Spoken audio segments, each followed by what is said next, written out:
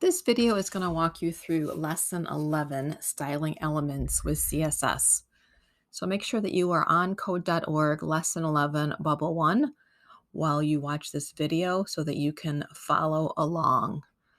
While I explain it, watch the video and then pause it after each bubble or during each bubble and then go over to your code.org and do it yourself. So I'm on Lesson 11, Bubble 1, and it just says sample websites here. So you can click on these 3 websites and you can look at some new types of styling we're going to get for our pages. So look at those, see what's kind of different. You'll see the images look different. The colors look a little different.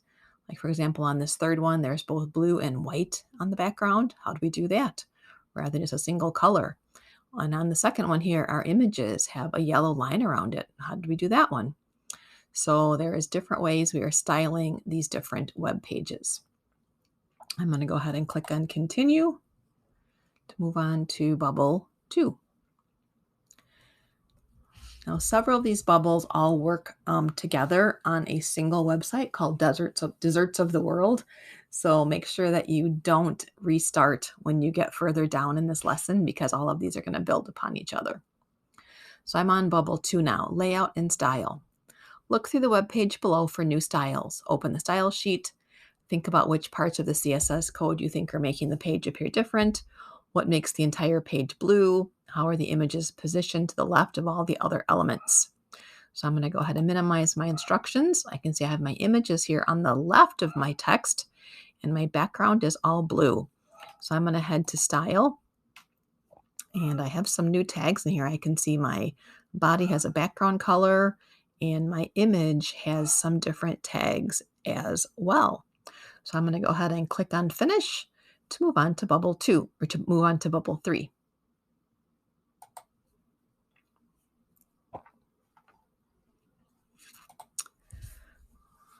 Bubble 3 is all about background color. So I can see that my page right now has a blue background, and the instructions say to find the code in the style sheet that is making the background of the entire page light blue, and then to change the code to make the page a different color. And finally, change the background color of just the paragraphs. So I am going to minimize my instructions, go to my style sheet. There is my body tag, making my whole page light blue. And I'm going to make this a light yellow color. So I'm going to start typing in yellow, and I'm going to do light goldenrod yellow. So my whole page is yellow rather than blue. But now I also want to put some color behind just my paragraphs. So my paragraphs are the Ras Malay, the Banoff pie. So all of these sections are paragraphs. So if I go back to style, I go to the bottom and I see my rule set here for paragraphs. I'm going to go to the very last rule in the paragraph rule set, press enter, and type in background dash color. And I'm going to give that one a light brown, like sandy brown. Don't forget the semicolon at the end of the rule. And now I can see that just my paragraphs have color. Interesting. I wonder if I could also do that with my H1 tag. I'm going to go to the H1 tag here and give that one a background dash color. Let's make that one be about chocolate. Oh, that does work.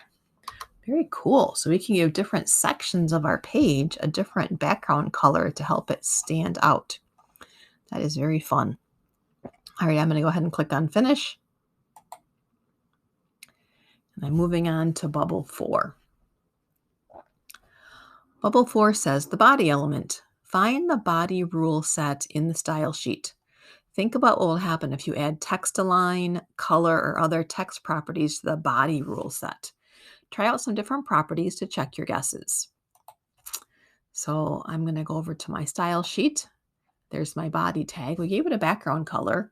Let's see what happens if we just type in here color and we give this there's a dark goldenrod. Is there a dark? Let's try dark olive green. Oh, whoa, when I did that, all of my text on my whole page changed colors. Well, that'd be a fast way to change everything on my page rather than having to do color in every single one of my individual rule sets. But maybe I want my heading to really stand out. So I'm going to give that a color of black. And then I have to make sure and say refresh and save. Now I can see that my heading here has black with the color behind it, but then the rest of my page has the other colors that I gave it. I wonder if I also do, they said text align. Let's try text dash align center. Oh no, that centers everything on my page. So it looks like anything I put in the body rule set affects everything on the page. But then if I put something in one of the individual rule sets, that kind of overrides what's in body. Because you can see here, I gave my body text color of dark olive green, but then I gave my heading 1 size a color of black. So this gives us a lot of control over how we style things in our web page. Finish, moving on to bubble 5. Float. What's this do? Look at the float property inside your image rule set. I can give my images some rules. Think about what the property does. Change the value from left to right. So I have 4 images on my page. I'm going to go to Style. Here is my image rule set, and there's a lot of stuff going on in this rule set. I'm going to change this to be right. And oh, it just popped my images from the left side of the screen to the right side of the screen. It's kind of nice. So it gives me control over where those images are on the screen. Alrighty, I'm going to click on Finish, move on to Bubble 6. And Bubble 6 is width and height. Now we did learn how to use the width and height parameters in the image tag, but let's see what this one says. Find the property in the style sheet that controls the width of the images.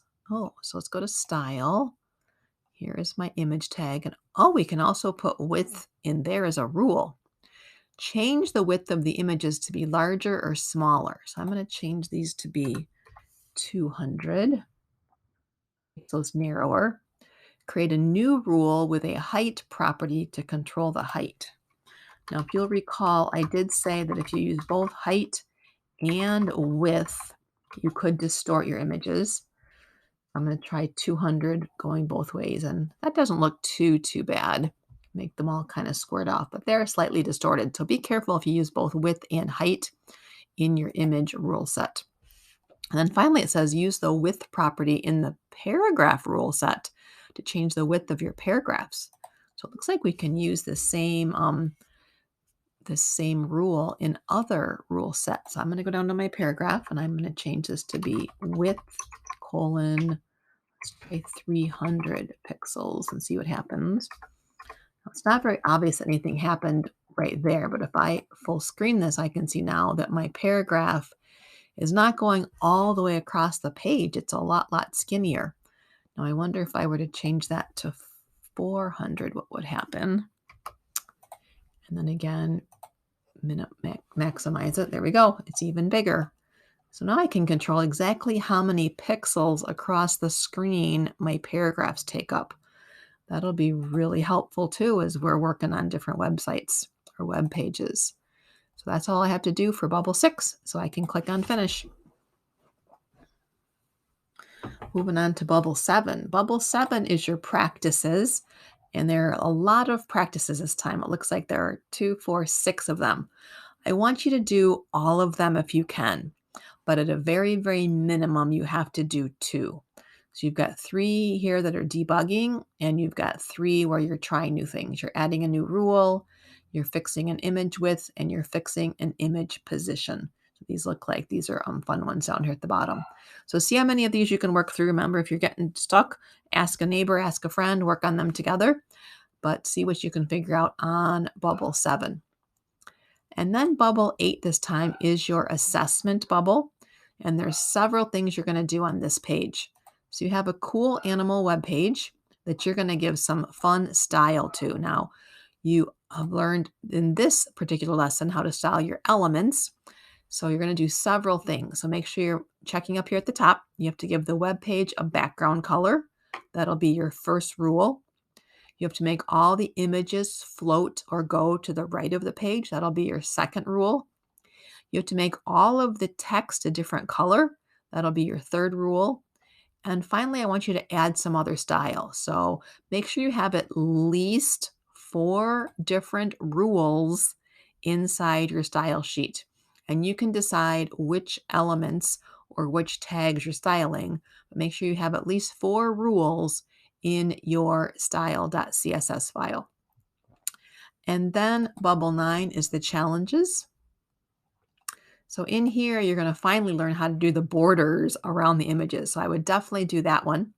You can also learn how to make the borders rounded. So I would definitely do that one. And then the other ones on the challenge are optional. So do 9A and 9B. And then you'll know a lot about styling with CSS, both our text and our elements.